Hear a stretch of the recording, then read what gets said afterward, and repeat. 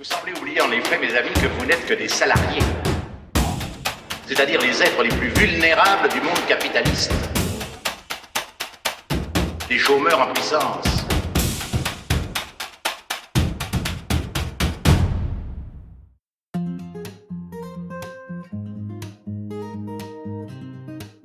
Bonjour et bienvenue chez Le Psy du Travail pour un épisode un peu particulier qui s'inscrit dans le cadre du Podcaston.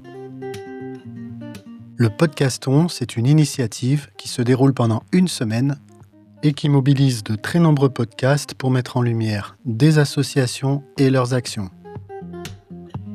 De mon côté, j'ai choisi de donner la parole à l'association DCTH, Diffusion de connaissances sur le travail humain, qui est derrière le site Souffrance et Travail, ce site extrêmement riche, plein de ressources pour comprendre ce que le travail peut faire à la santé, mais aussi pour orienter les personnes en difficulté vers l'une des plus de 200 consultations spécialisées du réseau en France et au-delà. On avait évoqué l'existence de ce réseau avec Marie Peset dans un précédent épisode. Elle a accepté de revenir pour en parler. Mais elle n'est pas revenue toute seule parce que derrière ce travail considérable, il y a un collectif. Et donc nous serons 6 autour de la table pour en parler. Avant de commencer, je vous encourage à partager largement cet épisode. Et si vous le relayez sur LinkedIn, n'hésitez pas à taguer le Podcaston. Vous trouverez les liens dans la description. Bien sûr également, il y a le nerf de la guerre et celles et ceux qui le peuvent, vous pouvez soutenir l'association par un don. C'est défiscalisé et là aussi, toutes les informations sont dans la description de l'épisode. Sans plus attendre, on y va et on commence par un tour de table. Etiguet, donc psychologue du travail à Bordeaux. Je suis aussi référente nationale du réseau Souffrance et Travail et j'ai une consultation Souffrance et Travail. Jean-Louis Osvat, ancien inspecteur du travail, une expérience assez importante en matière de risques psychosociaux, harcèlement moral, souffrance au travail d'une façon générale. Depuis une quinzaine d'années dans le réseau et je participe aussi aux formations, mais on reviendra dans le détail peut-être tout à l'heure. Rachel Saada, je suis avocate au barreau de Paris. Je suis spécialisée en droit du travail et droit de la sécurité sociale et ma particularité, c'est de ne défendre que les travailleurs, les élus du personnel et les organisations syndicales. Je contribue au réseau depuis maintenant plus de 20 ans à ma plus grande joie. Marie-Charlotte Peset, je suis la fille de Marie Peset. J'ai commencé le site pour elle, j'ai créé le site pour elle il y a une quinzaine d'années et j'en suis maintenant la rédactrice en chef. Et on n'utilise plus vraiment le terme webmaster, mais et je suis aussi la trésorière de l'association. Marie Peset, donc la fondatrice du réseau et de l'association. C'est surtout la fondatrice de la première consultation Souffrance et Travail au siècle dernier à l'hôpital de Nanterre. Et quand j'ai été licenciée en 2010, ma fille et mon fils m'ont offert les noms de domaine Souffrance et Travail pour me consoler, en me disant qu'il fallait que je mette tout ce que je savais sur ces questions-là sur le site. On vous donnera les chiffres tout à l'heure. Je crois que maintenant, avec toutes les équipes en place, on sait beaucoup de choses sur la souffrance au travail. En tout cas, il est important de rappeler que ce réseau comprend maintenant 200 consultations en France, dans les DOM-TOM, en Suisse, en Belgique, et on a même une consultation au Japon, et que nos cliniciens sont formés grâce au CNAM et à l'Institut de psychodynamique du travail. Ce sont des cliniciens très outillés, qui ont aussi passé un module médico-juridico-administratif. Bref, ce sont des pointures qui s'occupent des travailleurs en très grande détresse qui viennent nous voir parce que c'est très compliqué, la question du travail.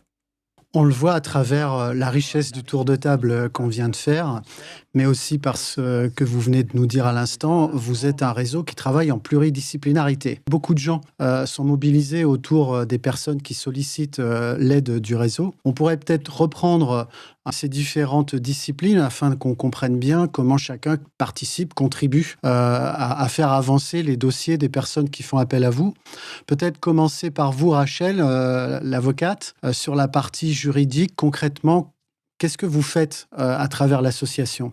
Et moi, en ce qui me concerne, la première question que je leur pose, c'est: qu'est-ce que vous attendez de moi? On part pas du droit, on parle pas des livres, on parle et on part du besoin de la personne qui est en difficulté. Ça veut dire aussi que aucune solution n'est plaquée, aucune solution n'est imposée et surtout nous n'avons aucune réponse standard. On essaye de prendre en considération la demande, mais aussi le profil de la personne qui vient nous voir, sa situation familiale, personnelle, matrimoniale, aussi patrimoniale quelquefois. Et évidemment, très souvent, les gens nous disent: «Je ne veux pas faire de procès» et c'est évidemment la solution amiable qu'on essaye de privilégier. Alors concrètement, qu'est-ce que ça veut dire, tout ce qu'on peut faire? Heu, on évoque, si les faits le permettent, de procéder, à une déclaration, par exemple, de maladie professionnelle ou à un accident, une déclaration d'accident du travail. On explique aussi les différences entre, ce qu'est le régime de la maladie ordinaire et le régime des accidents, du travail. On essaye aussi d'organiser la survie financière des personnes, en expliquant toujours en quoi une rente accident du travail serait éventuellement préférable à une rente invalidité et on vient au soutien finalement du choix, qui va être fait. Autre chose qu'on essaye de faire également, c'est de voir, et de ne pas éliminer d'emblée, une procédure qui pourrait être opportune, soit devant le Conseil des prud'hommes, soit, devant, le tribunal des affaires de sécurité sociale, soit, pourquoi pas, mais beaucoup plus rarement parce que c'est bien plus délicat, devant, une juridiction pénale. Alors à partir de là, on explique quel est l'enjeu de la procédure, sa durée, son coût, les chances de, succès et donc c'est l'occasion de faire le clair sur la situation. Comme je l'ai dit tout à l'heure, non pas en partant du droit, avec un grand D, mais des faits parce qu'en la matière, c'est le fait qui fait le droit et c'est pour ça que moi j'aime bien dire que l'avocat devient alors un maillon, de la chaîne des observations cliniques. Et pour finir, ce que je dirais, c'est que l'intérêt de mobiliser ses droits et donc de ne pas seulement interroger le droit, c'est de redevenir acteur de sa situation et de se redresser, de passer de la posture de salarié subordonné, à la posture de citoyen éclairé. À côté de l'avocat et de l'avocate, il y a l'inspecteur du travail. C'est vous, Jean-Louis, qui les représentez ici. Qu'est-ce qu'ils font, nos inspecteurs du travail, dans cette association ? Oui, alors nous sommes quelques inspecteurs du travail dans l'association, donc on intervient la plupart du temps, comme on dit, en back-office, c'est-à-dire qu'on n'intervient pas directement par rapport à notre activité professionnelle. Puisque les inspecteurs du travail sont des praticiens du droit, ce sont des fonctionnaires et le corps, il est organisé dans ce cadre, c'est-à-dire dans le cadre du ministère du Travail. Alors dans le réseau Souffrance et Travail, on n'agit pas directement dans le cadre de ses compétences, comme je viens de rappeler, mais du fait de cette expérience et de ses compétences, on a un regard, des méthodes et une aide à la construction de l'aide aux salariés en souffrance psychique qui font appel au réseau. On intervient dans les formations également. On est quelques-uns, hein. Ce sont pas les 2000 inspecteurs du travail qui sont accolés au réseau. On est quelques-uns à participer à cette pluridisciplinarité. Voilà, formation à l'IPDT, au module médico-administratif. On participe aussi à la construction d'outils, hein, comme il y a un guide juridique, par exemple, de toutes les jurisprudences qui a été fait par notre collègue. On a fait aussi des PowerPoint sur les formations, sur le harcèlement moral, sur les organisations du travail, ce qui donne une vue d'ensemble sur les dysfonctionnements dans le travail et les manquements qui peuvent exister. Je voulais juste rajouter, parce que nos inspecteurs du travail sont trop modestes, que c'est eux qui ont construit le guide des ayants droit pour les familles des gens qui ont malheureusement fait un passage à l'acte suicidaire sur le lieu du travail ou bien qui sera déclaré en accident du travail, que ce sont aussi nos inspecteurs du travail qui rédigent avec nos avocats tous les documents qui sont en ligne sur le site, qui sont juste à télécharger et à signer en mettant son adresse, parce qu'ils sont parfaitement rédigés comme la loi l'exige, et que de l'autre côté, les inspecteurs du travail peuvent aussi, de manière très réactive, nous passer un coup de fil pour qu'on prenne en charge un salarié qu'ils reçoivent à l'inspection qui va très mal, qui est au bord de suicide. Et le principe du réseau, c'est d'être hyper réactif, d'avoir les portables des uns et des autres, les psychiatres, les avocats, les inspecteurs du travail, et de pouvoir vraiment sauver des gens qui sont au bord du métro et qui se disent « Moi, je veux juste que ça s'arrête là ». C'est bien de pouvoir nous appeler tout de suite. On va continuer notre petit voyage en transdisciplinarité. On est ici chez le Psy du Travail, donc on va enfin parler un peu de psychologie. Je vous laisse la parole, Betty. Enfin Oui, alors nous sommes des psychologues du travail, mais pas que. Il y a aussi des psychologues cliniciens qui nous entourent. Et donc, chaque psychologue dans le réseau peut avoir son orientation, ses spécificités, ses choix particuliers. Par contre, il y a quelque chose un présupposé commun qui fonde le réseau et qui fonde nos pratiques. C'est que on refuse de considérer que la souffrance psychique, c'est une fragilité individuelle.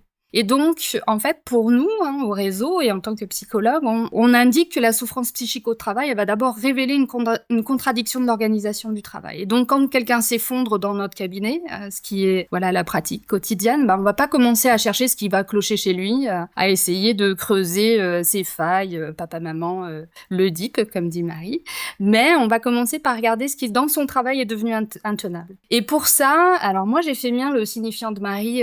Marie, quand tu disais que tu étais une psychologue engagée, j'en ai parlé avec d'autres psychologues du réseau et on se reconnaît vraiment là-dedans et on est engagé à 3 titres. D'abord, on est engagé parce que c'est une formation exigeante. Moi, pour gravir l'ascension depuis le tout début pour arriver jusqu'au réseau, ça m'a pris plus de 10 ans, mais parce que aussi il fallait que je décroche le master de psychologue du travail. Mais c'était bien ça, quand j'ai lu l'ouvrage Ils ne mourraient pas tous, mais tous étaient frappés en 2008, c'était à ça que j'étais arrimée quand moi j'étais dans la tempête en tant que salariée dans une grosse structure qui secouait ses salariés comme des cocotiers.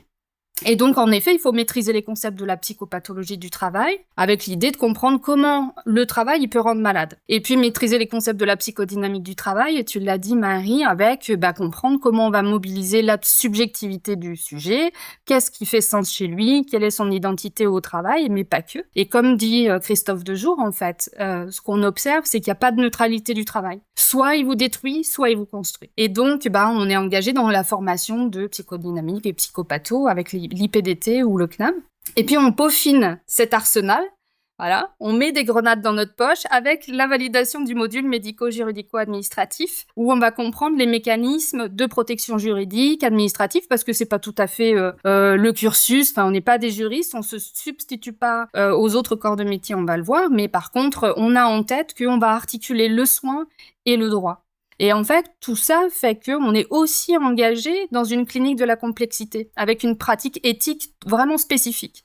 D'abord, on a une connaissance approfondie des organisations. Alors, pour nombre d'entre nous, on a été des salariés d'abord subordonnés, comme dit Rachel, avant d'être des salariés citoyens. Je sais même pas encore si ça existe, mais j'espère pouvoir un jour répondre à cette question. Et puis, quand quelqu'un arrive dans notre cabinet, en fait, ce qu'on va faire, c'est qu'on va mobiliser une double chronologie. D'abord, avant toute chose, on s'intéresse à son histoire dans l'organisation du travail. Comment il y est rentré, on comprend son entrée dans la structure, son parcours, ce qui faisait sens dans son métier, ses règles de métier, ce qui l'anime, ce qui lui a permis de tenir bon tout ce temps, parce qu'il a quand même eu un joli parcours, probablement dans son histoire, et puis à quel moment ça s'effondre et ça se délite, et qu'est-ce qui s'est joué dans tout ça. Et puis ensuite, la chronologie de l'histoire du sujet, plus personnelle, comme quelque chose peut être mis à jour. Et pour faire tout ça, en fait, on va vraiment examiner toutes les dimensions que compose le travail, qui est un fait social total, comme disait Dominique Méda, au sens où on va examiner les dimensions sociales. On a en tête que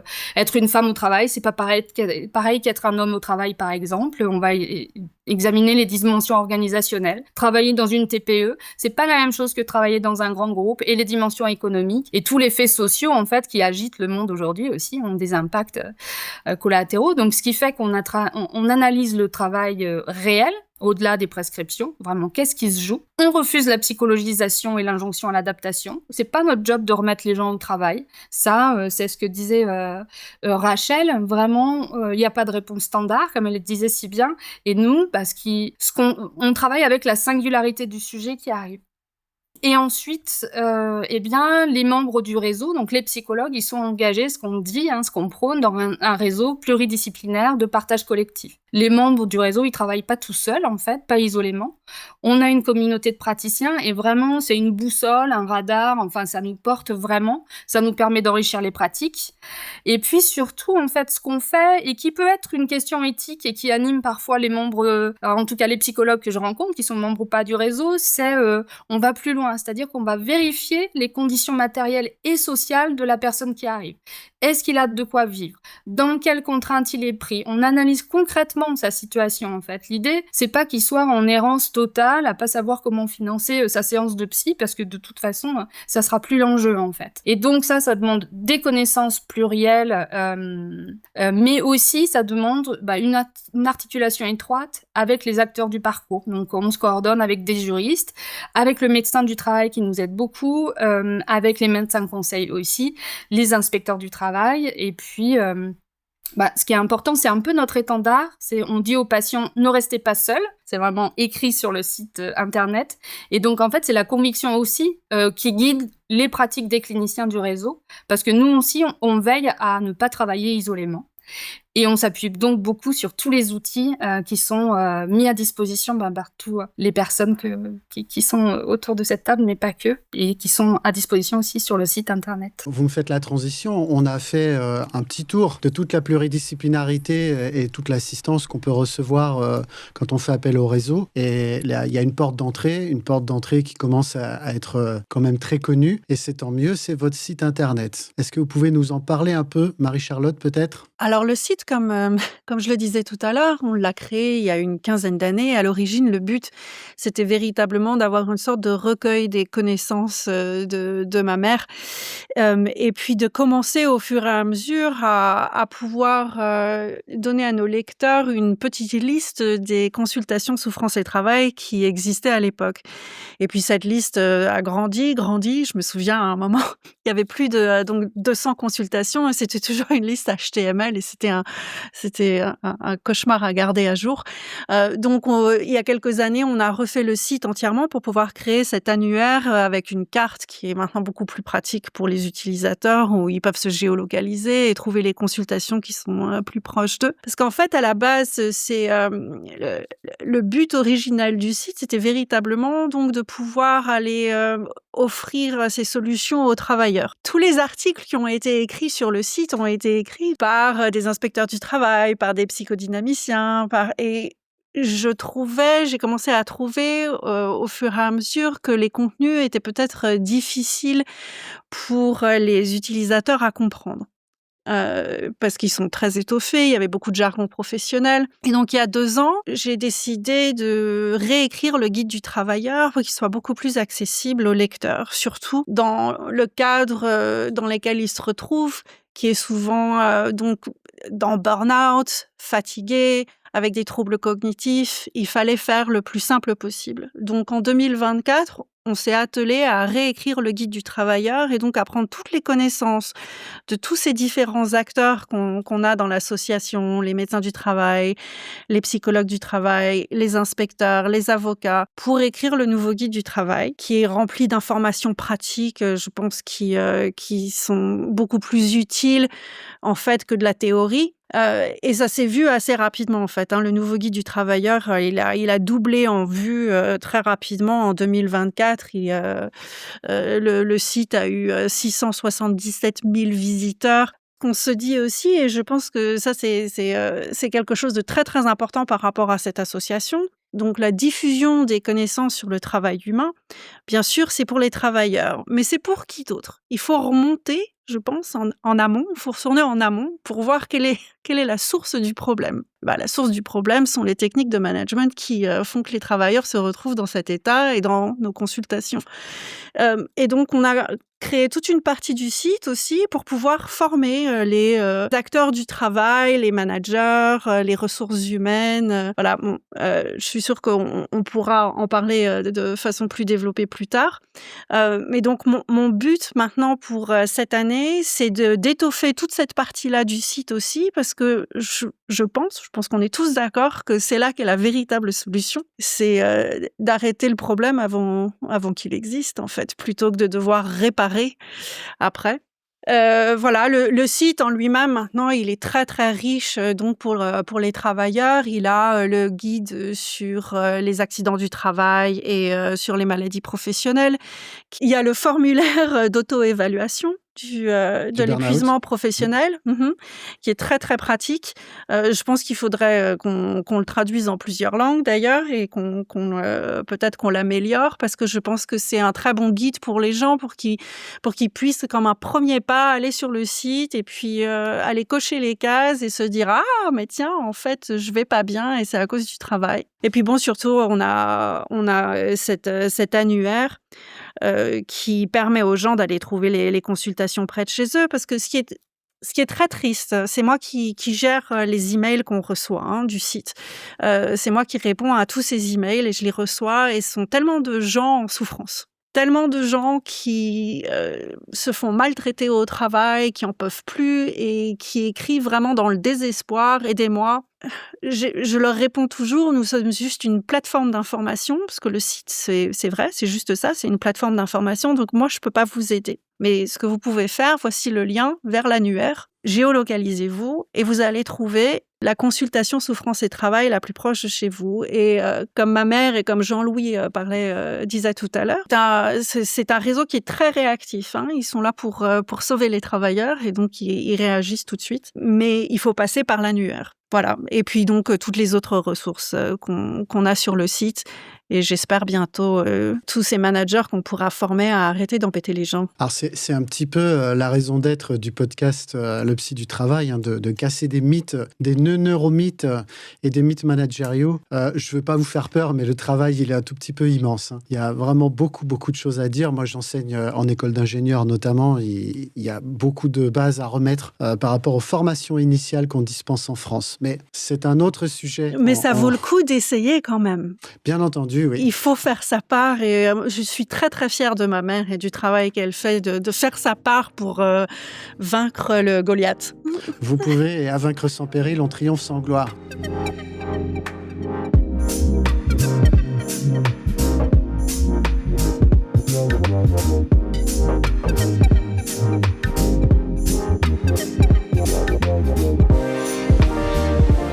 Tout ce qu'on se dit là, ça a des coûts. Il y a de l'argent à dépenser. Est-ce que vous pouvez nous expliquer un peu comment cet argent est dépensé, avec quel niveau de transparence, Marie ? Alors, en fait, tous ceux qui participent à la diffusion des connaissances sur le travail humain et qui mettent leur savoir pour qu'on puisse mettre en ligne les bons outils sont bénévoles.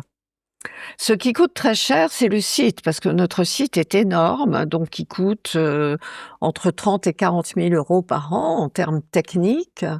C'est une somme considérable que je gagnais au début en faisant des formations, mais maintenant je suis âgée, fatiguée, avec un Covid long. On a aussi 200 consultations qui payent une toute petite cotisation annuelle, et donc on a depuis 4 ou 5 ans des donateurs, des petits, des plus gros, parce qu'on essaye aussi, quand un salarié, par exemple, n'a pas les moyens de payer le bilan neuropsychologique, qui n'est pas remboursé par la sécurité sociale et qui coûte quand même 300 €, de le payer pour lui.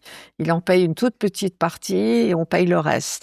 Quand le salarié n'a pas non plus de mutuelle qui l'aide à payer les séances de psychothérapie par nos cliniciens, dont vous avez compris qu'ils étaient très affûtés, et que ça n'a rien à voir avec le dispositif mon soutien psy. Ce sont des gens très hautement formés. Nous aidons aussi à ce suivi. Au fil des années, donc le coût ne fait que s'alourdir parce qu'il y a de plus en plus de gens en difficulté, de plus en plus de gens qui sont jetés, y compris les têtes, les salaires les plus élevés, hein. Les chefs d'entreprise, les directeurs d'hôpitaux. Nous avons un de nos avocats qui a dû en accompagner un à la gendarmerie pour une audition parce qu'on l'accuse de je ne sais pas quoi. Il n'a plus un sou, donc nous allons prendre en charge cette affaire-là. Nous essayons de mailler le territoire, hein, surtout. Je pense que c'est ça le plus important. Nous ne sommes pas le seul réseau. J'en profite pour parler du réseau APESA, qui s'occupe des chefs d'entreprise, du réseau SPS, qui s'occupe des soignants, d'Elten, qui s'occupe des enseignants. Voilà. C'est important de dire que devant la défaillance des institutions surgissent des territoires, des volontés et des constructions extrêmement vertueuses et efficaces parce qu'elles sont au plus près de la réalité de ce que les gens traversent. Et que nous sommes beaucoup plus réactifs qu'une administration, qu'un ministère, ou je ne sais quel autre ARS qui mettent du temps à vous autoriser à faire. Voilà. On a des carnets de téléphone bien remplis et très réactifs. C'est important. Mais tout ça coûte de l'argent, c'est vrai. Alors, il faut rappeler que nous sommes d'intérêt général et que donc tous les dons sont déductibles à 66% des impôts. C'est important de le dire. Donc, tous les contribuables français, puisque nous, on a une audience qui est francophone, les contribuables français qui verseraient 100 € à l'association, ça leur coûterait 33 € pour parler tout à très fait. concrètement. C'est exactement ça. Et ça nous aiderait à tirer d'affaire des gens qui ne peuvent payer ni avocats spécialisés, ni psychothérapeutes pointus. Sans oublier que nous avons aussi des médiateurs du travail et des assistantes du travail dans le réseau. On a essayé d'étoffer la force de frappe pour vraiment couvrir absolument toutes les disciplines. Ça nous aiderait aussi à rester en ligne. C'est très important parce que, comme tu le disais, le site coûte très cher et pour l'instant, il est financé en grande partie par ton travail, par les formations que tu dois aller faire de France et de Navarre. Et donc c'est vrai que les dons peuvent sauver le site sur le long terme. Et toi, tu pourras te reposer un peu, ce que tu mérites bien. Puis je crois que les gens aiment bien donner directement à des institutions ou à des organisations qu'ils connaissent et dont ils connaissent les visages et les activités, plutôt que donner dans le vide.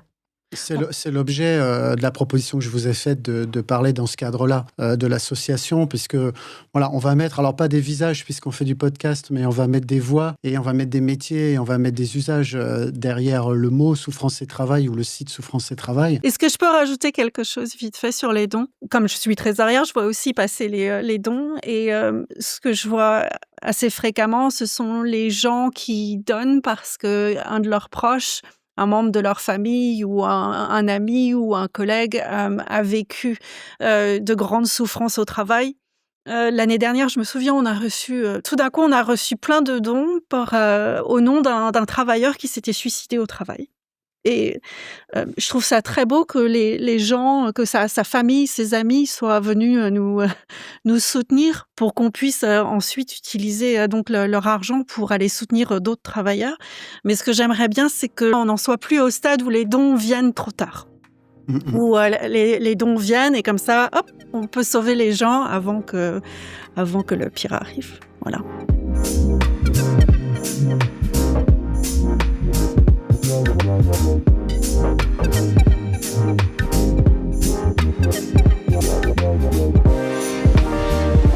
On finit traditionnellement le podcast du Psy du Travail avec la question de savoir si vous auriez des idées saugrenues à nous faire ruminer pour les jours qui viennent. Rachel, est-ce que vous avez une idée saugrenue ? Alors, c'est pas du tout une idée saugrenue, c'est une indignation absolue parce que depuis ce matin, le gouvernement a décidé de taxer de 50 € tous les gens, tous les travailleurs tous les assurés sociaux qui ont une réclamation à faire devant le Conseil des prud'hommes ou devant le tribunal des affaires de sécurité sociale. C'est une honte absolue. La justice est en principe gratuite.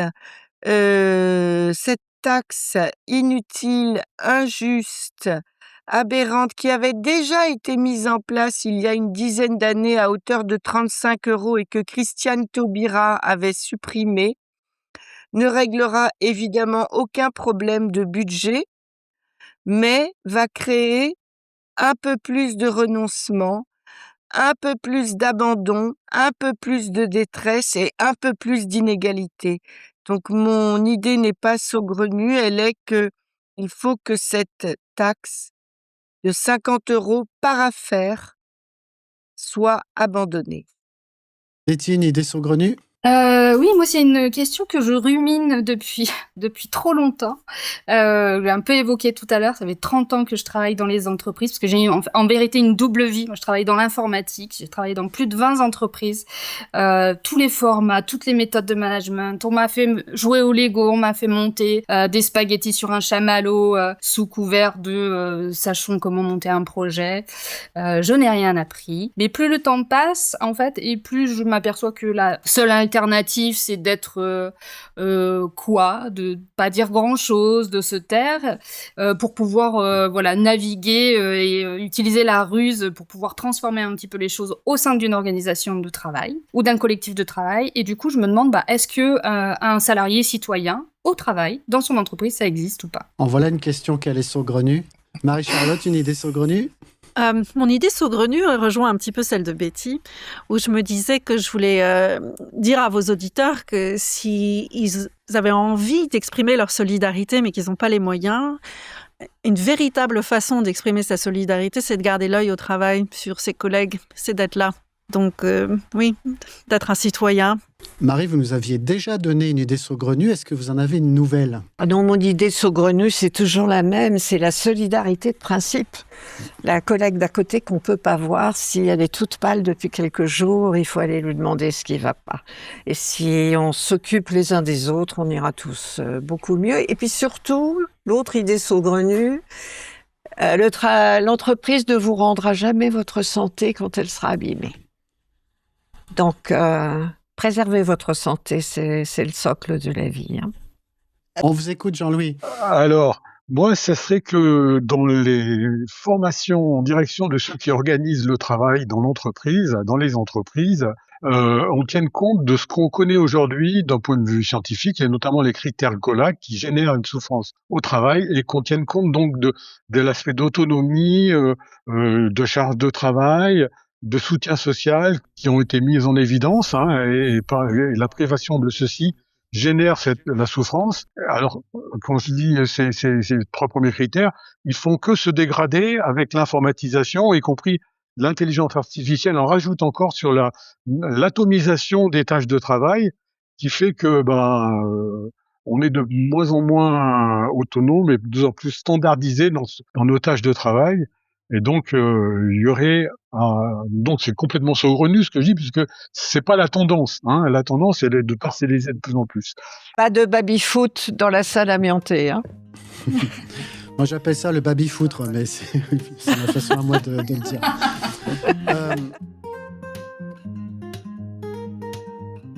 Allez, 1, 2, 3, au revoir. Au revoir. Au revoir. Au revoir. Et on n'oublie pas d'aller cliquer sur les liens que je mettrai en description, notamment le lien pour faire des dons. Merci à tous.